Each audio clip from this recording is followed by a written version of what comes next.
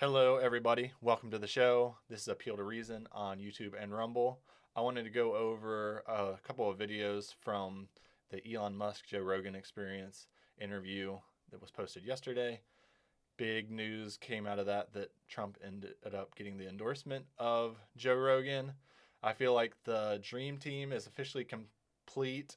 It would be nice if it had happened a little bit sooner because it would have been really cool to just see, you know, Joe Rogan get on stage, at some of Trump's events and stuff like we've seen with RFK and Elon Musk and Tulsi Gabbard, all the other slew of people that Trump has on his side going into Election Day.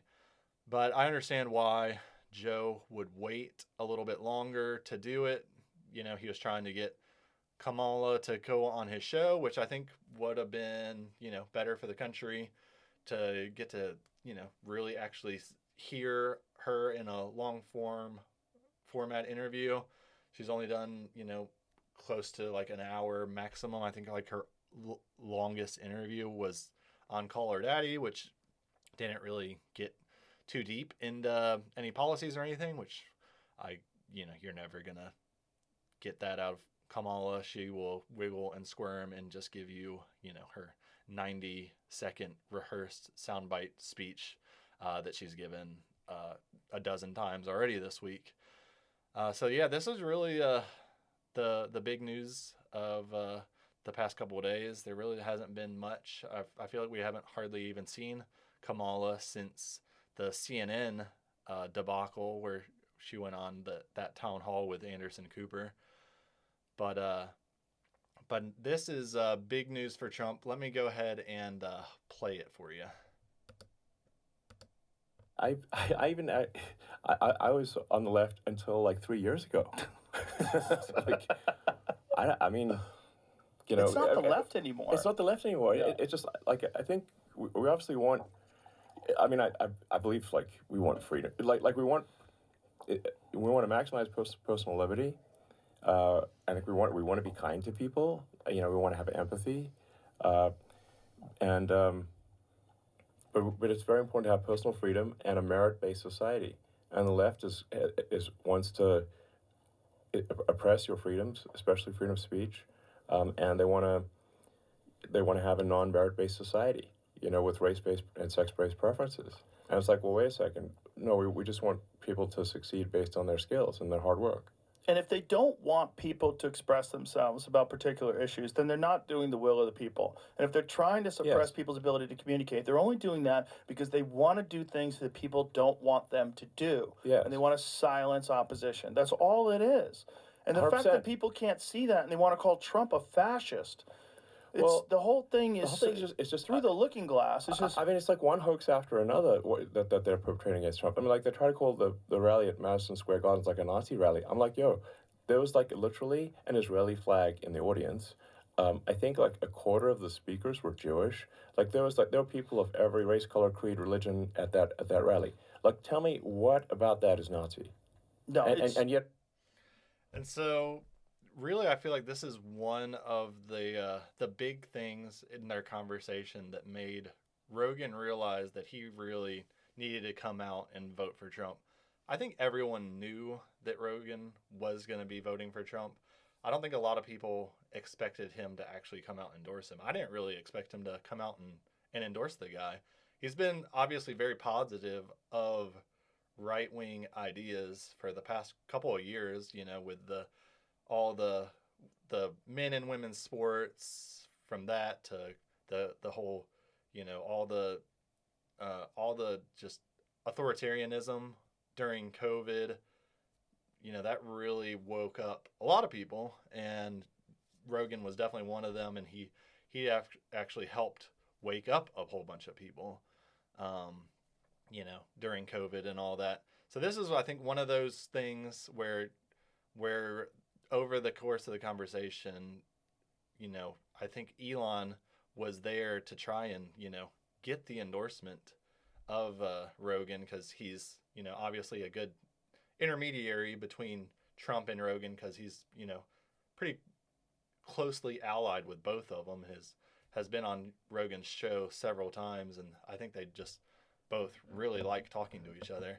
But this is just, huge to me because there's a lot of guys that will listen to Rogan who are just like casual observers, and they probably didn't even, they might not have planned on voting, but after Rogan talks about, this could be, they're trying to silence free speech and all this stuff that Kamala is talking about, that there's no right to free speech, or and it free the First Amendment, or the First Amendment doesn't protect against disinformation. It's like, well, who's going to decide what's disinformation? Because Kamala, we see disinformation coming out of every branch of government while you've been the vice president. So if you become elected, that is surely just going to continue. And then you want control of what is misinformation and whatnot. That they talked about earlier in this episode, that Rogan is so glad that Elon bought Twitter, because if he didn't do that, all of these companies would just be a big hegemony, just a big, arm of the Democrat Party, just enforcing what they want. The FBI was in cahoots with Twitter, all through the 2020 and 2021 when Biden first got there. But then, Elon coming in onto the scene and opening up freedom of speech and everything on the platform, it's made Zuckerberg, I almost said Muckerberg. That's actually a pretty good name for him. But he's gotten a lot better, recently, on freedom of speech and stuff. And I think that's really because he's got to compete. The free market in competition is always good, especially when it comes to providing platforms of free speech for everybody. This election is the last chance to preserve democracy in America. Mark my words. Everything they accuse Trump of, they are guilty of. And if Trump doesn't win, this will be the last real election in America.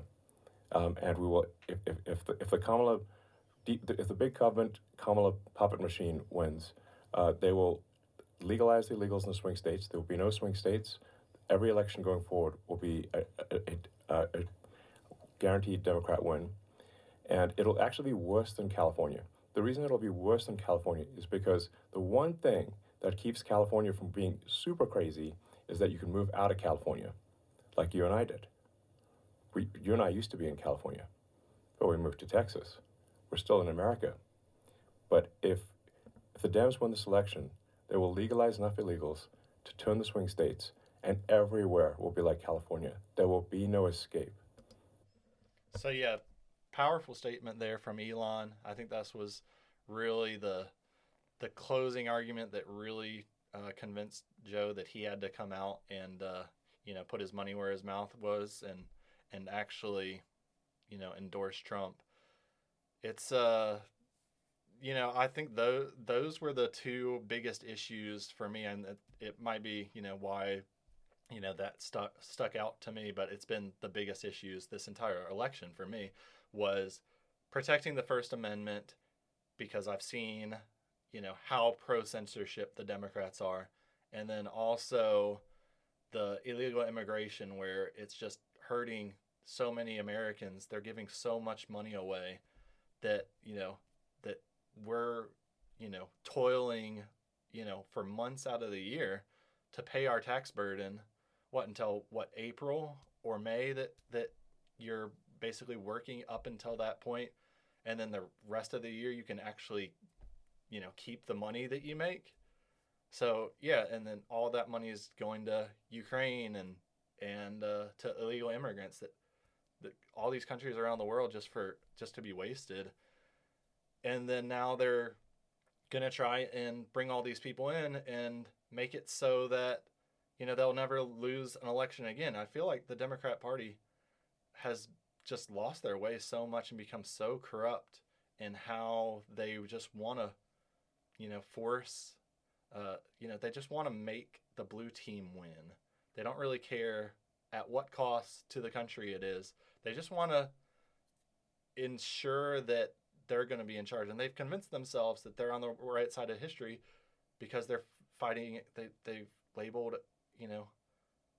Trump a fascist, and then his supporters are fascists.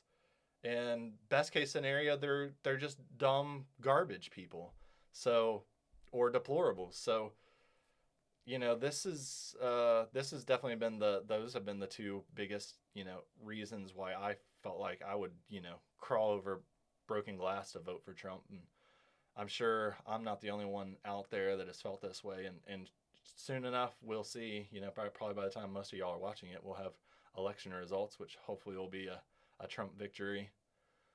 But that's my points on that video.